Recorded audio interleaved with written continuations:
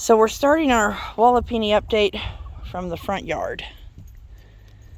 I have an awesome massage client who's moving, and she can't take her chickens with her. So she wanted me to take her chickens. And this cool little chicken coop is called the Omelet. And my client is from the United States. And this came all the way from England. There's 6 pretty chickens in here. Oh, did I say United States? Are you tired? I am tired. You get to bed at 5. United Kingdom. Go, let me get it right. United Kingdom. So this is the coolest thing. This opens up. This is where they lay. That one's laying. Irritated that I'm bothering her, so I'm going to close it again. But it's the cutest little thing.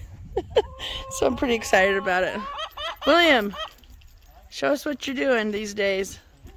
We're getting ready for boot camp. It's in less than 2 weeks. We've got boot camp. We filled boot camp up.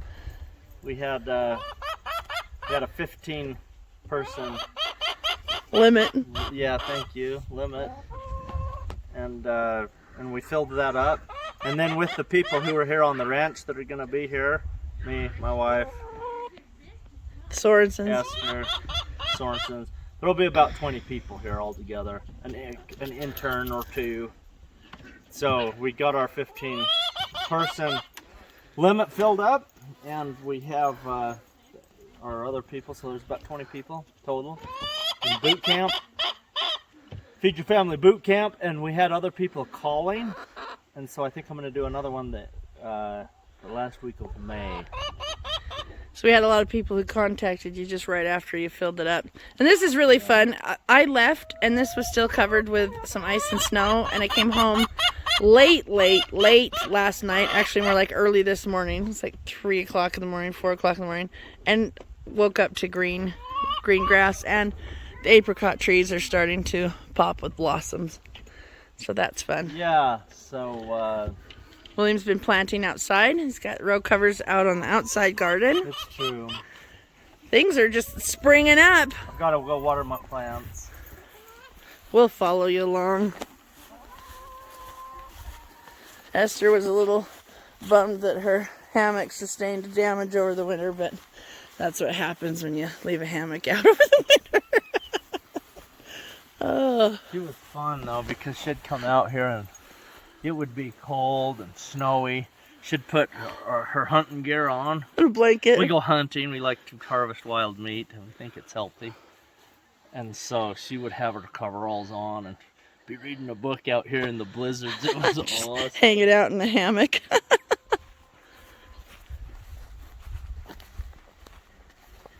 So we still have a construction zone.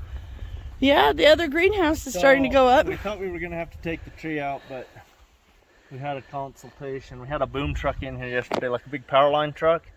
Came in here. Jared went up in there. I videoed it. And then he cut the one limb off. That was hanging over? It was hanging over, and it came crashing down. And then we chipped it up to make compost out of the chips. Awesome. So we're going to leave our beautiful tree. So the tree's done. It is a little lopsided, but it doesn't look too bad. No, it really doesn't. I think we can get used to it.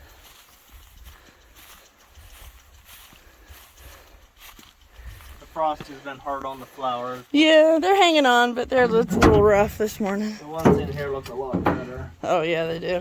A little bit of protection. It's been a crazy week. We've had 75-degree weather, and then we've gone down to 29-degree weather. So it's been a high desert climate for sure. William put in a chicken wire all along the edge of the greenhouse. You kind of see it. It's hard to see on this. So that he can keep it rolled up, but we won't have too many chickens getting in. Chickens are wonderful. They're not so great in the garden. Well, Everything's growing. Chickens out. Oh, hey! You put up the supports for the peas. Actually, that's not peas. That's tomatoes. Look at that. Yeah, I don't support the peas. I don't want the peas supported. That's awesome. That's going to be beautiful. I like supporting peas, but we're going to eat as many peas as we can pick, and then we're going to... It's more of a green manure crop. And then we're just going to use it as compost. Yeah. So I didn't want supports, because it's only half a food crop. Yeah. The other half is for compost. Everything's getting their morning drink. This time of year is kind of tough because you got to do a lot of watering. Yeah. Setting up automatic irrigation systems is the way to do it, but I haven't done it. Well, there's been a lot of other things you've done. You know, I like that one little pansy in that cactus pot. It's really cute. So I have a lot of seedlings here. These are the seedlings we're going to be transplanting at boot camp. So the people who come to boot camp are going to learn to plant seeds, mix up their own potting soil, transplant, harvest, eat. We're going to talk about fertilizer, plant foods, and why I don't use them. And what I do to get good fertility without any kind of a plant food that you add. I do add some plant foods sometimes, but... You add some basic minerals if you need it. But we're trying to get away from that. Yeah. It's kind of a process. But in 2 years, this greenhouse will never need fertilizer again. Yep. People hear me say that and get excited. They think you're Meaning crazy. They think I'm an idiot. You know? And I am, but when it comes to plants, I can't do that. So. Gosh, it's a gorgeous day. Oh, look, there's a kitty. Yeah, I like the cat coming in here because she eats. Yeah, we've actually had several gifts of dead mice laid out on the porch the last little bit. Such a generous, nice kitty.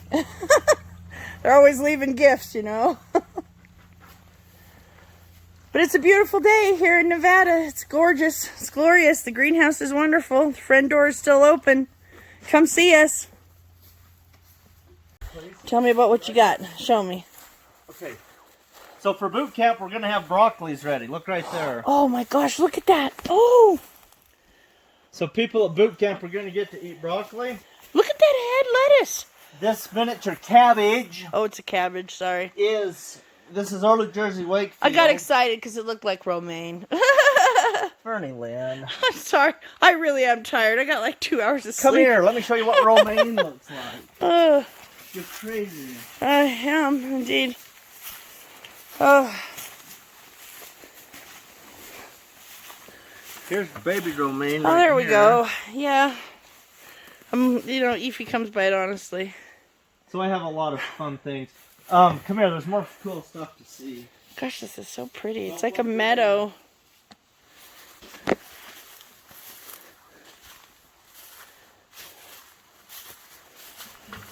So we're about 10 days off, 10, 11 days off from boot camp. And I think in 10 to 11 days, these peas will have pods on them ready to eat. Oh, that's exciting. Look at how many flowers there are. They totally took over this. They need to be. They took over the bed. Yeah. They need to be on a trellis, but anyway. But look at these favas. Oh, wow. William. Okay, watch this. So favas are awesome. So we're going to have favas and romaine and kale, broccoli. I don't think my cauliflowers will be big enough by boot camp. But we'll have peas, beets, spinach, all that. So you want to eat this? Yeah. It's pretty awesome.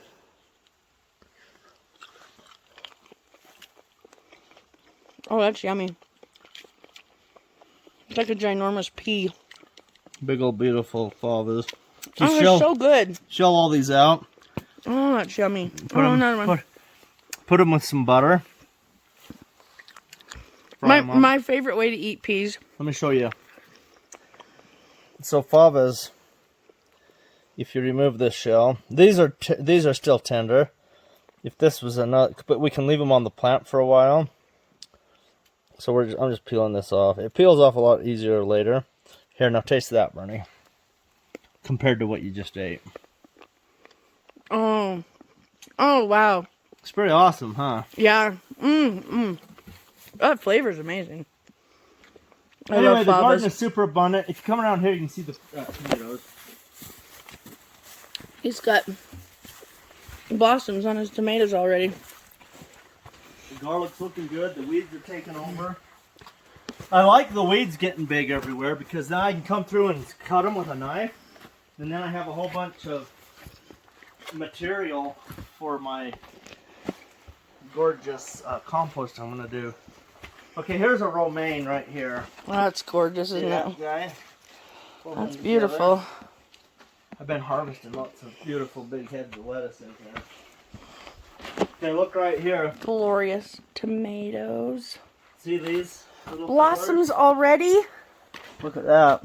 And it's starting to, yeah. And this right here, I cut this from over there because I have potatoes on this edge and that green manure crop was falling over. So I cut these off. But it's drying up like, hey, listen to it crackle. And it's still just as green as it can be. So that preserves all the goodness in it. So that when you make compost, it still has the same component as either a high nitrogen or a green. These would be a high nitrogen because look at the stage of the plants. Yeah. They haven't even bloomed yet. It's beautiful. So that's going to be a starter material for a compost. What have you got coming up over there in those pots? Those are peas. They're huge. Look at the leaves on those. Potato. Well, I was going to say everything. That's not true. 90% of everything in those pots is volunteer. It's so great. I just didn't weed it out this year, and I just let stuff grow. Your beets look ready for dinner. Yeah, we've been eating beets. We should have beets for dinner today. These are doing good. The collards, cilantro's awesome. Here's more hybrid broccoli starting to grow. Oh, cilantro. And then right here, these are my megatons. Come look how big they are. Oh, that cilantro tastes good. This is megaton cabbage. Look at the size of that leaf. So here's my 1 gallon container. Look at how big it is compared to the leaf.